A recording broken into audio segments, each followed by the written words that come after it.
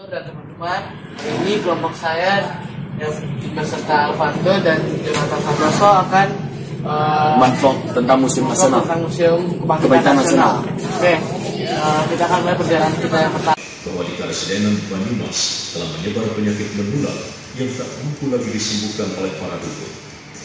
Lalu dibuatlah sebuah buku tentang tuntunan kesehatan berbahasa Jawa, berbahasa Melayu yang disebarkan kepada para kepala desa. Namun upaya ini tidak berhasil.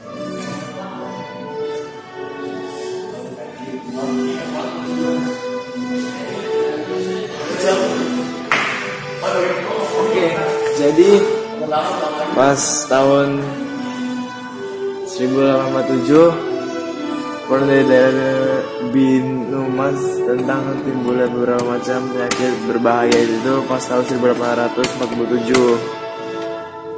Pas tahun 1849 itu keputusan pemerintah di tanggal 2 Januari nomor 22 tentang pendidikan penyuluhan kesehatan di rumah sakit militer Walter Freden.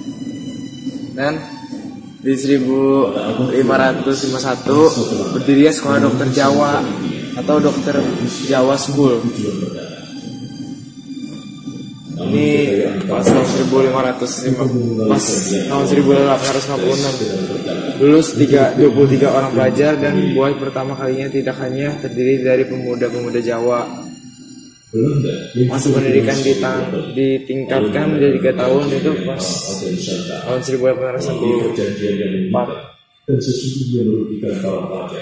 ini munculnya Profesor Dr. Flash berisi kritik dan pernyataan bahwa untuk sementara waktu ini kalian dokter Jawa tampaknya kembali sebagai tukang-tukang suntik lagi itu pas tahun 1867 sampai 1868.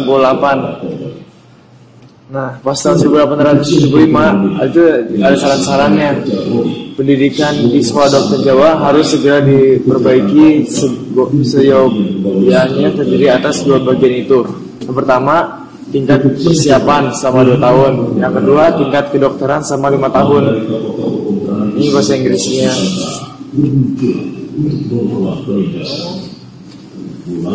Pada tahun 1881, tingkat persiapan dilaksanakan selama 3 tahun. Pada tahun 1883, tambahan tenaga pengajar yang terdiri dari 7 orang opsi kesehatan. Tahun 1886, tenaga pengajar ditambah lagi menjadi 3 orang. Pelajar-pelajar sekolah dokter Jawa diwajibkan mempergunakan bahasa Belanda dalam percakapan mereka sehari-hari demi kelancarannya dalam menerima pelajaran. Pada tahun 1888, demi kesungguhan dan peningkatan kerja diadakan pengangkatan dalam jabatan yang tetap bagi para direktur dan wakil direktur pada laboratorium kedokteran dan pada sekolah dokter Jawa secara terpisah. Jadi kedua jabatan di laboratorium dan di sekolah dokter Jawa tidak diperbolehkan dirangkap. Nah, kita masuk ke tahun 1890. Ke tahun 1890, sejak saat ini yang dapat diterima menjadi pelajar sekolah dokter Jawa dari kalangan pemuda Bumi Putra hanya yang telah lulus dari ILS atau Europeische Lager School dengan catatan harus menguasai bahasa Belanda. Pada tahun 1893 berdirinya Sekolah Lembaga Penerbitan Berkala Kedokteran untuk para dokter Indonesia. Nah, pada tahun 1898 munculnya usul dan saran-saran dari Dr. H.F. Roll yang sangat terkenal, terdiri atas 6 pasal. Pada tahun 1899 pembangunan gedung Stovia di Hospital Weg, sekarang Jalan Abdul Rahman Saleh 26 dimulai. Nah, pada tahun 1900 pendidikan Stovia dimulai. Stovia menerima sumbangan sebesar F178.000 untuk melanjutkan pembangunan gedung. Pada tahun 1902, pembukaan atau peresmian gedung Stovia, pendidikan pada tingkat persiapan ditetapkan selama 3 tahun. Sedangkan pada tingkat kedokteran diperbaiki dan ditambah dengan ketetapan selama 6 tahun. Gelar para lulusan tidak lagi dokter Jawa, melainkan diubah menjadi Innex Arts. Keterampilan praktek ditambah lagi dengan bidang kebidanan. Direktur dan wakilnya diangkat tersendiri, jadi sudah terpisahkan dari laboratorium kedokteran. Oke, ini pas tahun 1903 syarat penerima pelajaran Sofia diperketat dengan mengadakan ujian saringan. Dan pas tahun 1912 pentahapan ujian penghabisan menjadi 2 bagian yang terpisah. Ini pas tahun 1913 Sofia mengadakan reorganisasi meliputi hal berikut. Ada 6 hal. 1. Perbaikan kurikulum. 2. Penyerahan praktikum dilakukan secara terpisah-pisah sesuai dengan jurusan dan tingkatan. 3. Tingkat persiapan tetap selama 3 tahun. Akan tetapi untuk tingkat kedokteran ditingkatkan lagi menjadi 7 tahun. 4. Penambahan tenaga pengajar dan para asisten. Dan 5. Perubahan gelar bagi para lulusan yang semula inland arts pada tahun 1902 diubah menjadi English arts. Jadi lebih pendek. Dan yang ke-6, Sofia mulai membuka pintu bagi segala bangsa dan juga menerima siapa saja yang akan belajar di Sofia dengan biaya sendiri bagi praktek-praktek swasta. Ini dan tahun 1919 sampai 1920 bangunan gedung Sofia yang baru di Salemba mulai dikerjakan. Klinik beserta pendidikan klinis dipindahkan ke CBZ Salemba atau sekarang Rumah Sakit Umum Dr. Cipto Mangunkusumo di Jalan Diponegoro. Ini bahasa Inggrisnya guys. Pada tahun 1923 sampai 1924, perbaikan kurikulum dengan dimulainya sistem ujian semester.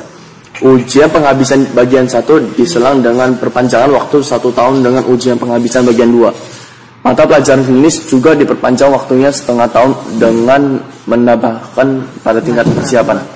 Kedudukan para dosen klinis yang bekerja di rumah sakit diatur secara resmi. 26. Gedung baru Sofia Salemba selesai seluruhnya dan School of Leading Fun Industry Artsen mulainya pada tahun 1913. Seluruhnya pindah ke Salemba. Oke.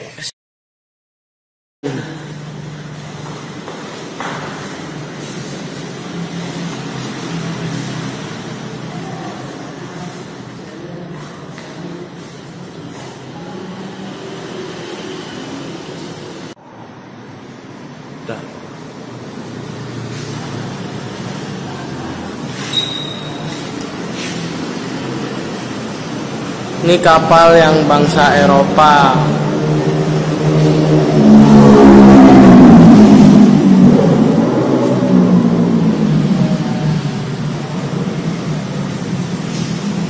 Ya, ini juga.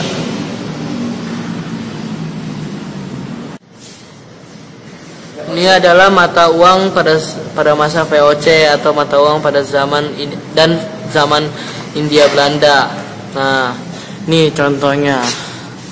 Yang kecil, kecil banget, yang kecil banget, yang besar, ukurannya hampir besar. Ini paling kecil ya. Dan ini adalah lukisan Rongi. Ini kapal Belanda dan ini orang Indonesia. Dan ini adalah senjata pistol dan pedang. Itu pedang saat zaman dulu. Ini lukisan Pangeran Cornell. Ini orang Belanda dan ini orang Indonesia. Dan ini dalam Bank Hindia Belanda di Singai. Ini penjelasan tentang Hindia Belandanya. Jubah Sultan Taha Syaikuddin bagian besar.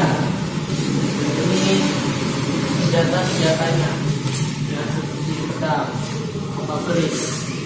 Nah, selanjutnya ini adalah Meriam VOC. Meriam pada zaman VOC. Nah, lanjut ke Bagian persenjataan juga di sini. bagian pendasaran tombak dan senapan Dorlock pada zaman Hindia Belanda.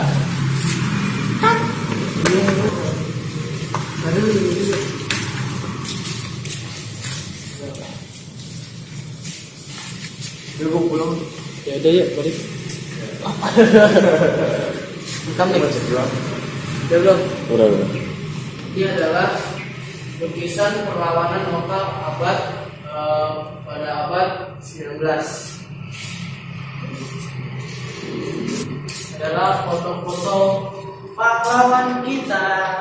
Pertama ada Pangeran Antasari. Kedua Sisingamangaraja 12. Ketiga Imam Bonjol. Biasanya ada foto di uang goceng. Next. Kita ke foto juga Gusti Ketut Jelati. Dan kedua yang kelima Kapitan Patipura. Dan terakhir ada di Tengku Umar. Ini adalah suasana Museum Kebangkitan Nasional. Wow, ada orang. Dan ini ada logonya. Nah, kita berada di Museum Sumpah Pemuda. Ini adalah Patung W.G. Rudolf Supratman. Dan ini ada satu patung lagi. Ini Mr. Sartono. Mr. Sartono. Ini foto-foto. Ini adalah foto-fotonya. patung-patungnya. Ya, foto-foto. Say hello.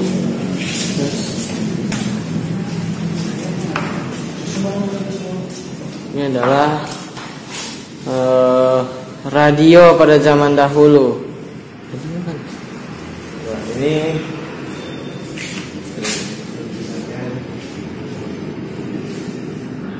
lagu Indonesia. Lagu Indonesia. Dan ini adalah lagu pemuda Indonesia. Itu tulisannya.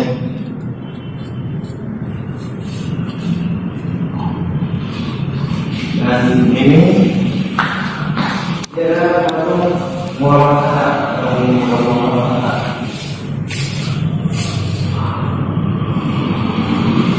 Ya, ini tempat akhir aktivitas dan wafatnya.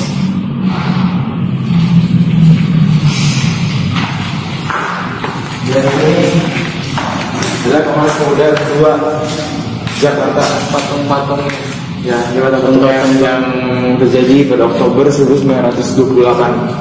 Ini, jadi peserta Kongres Pemuda 2. Ini Kongres Pemuda 2 pada ini pidato Muhammad Yamin pada 7 Oktober 1928. Ini pidato-pidatonya.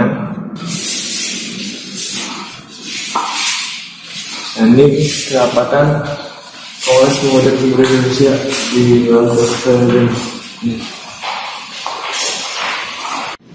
Ini adalah patung-patungnya. Ya. Ini adalah organisasi pemuda sesudah Sumpah Pemuda. Ini Perhimpunan Pelajar Baca Indonesia. Ya, ini penjelasannya.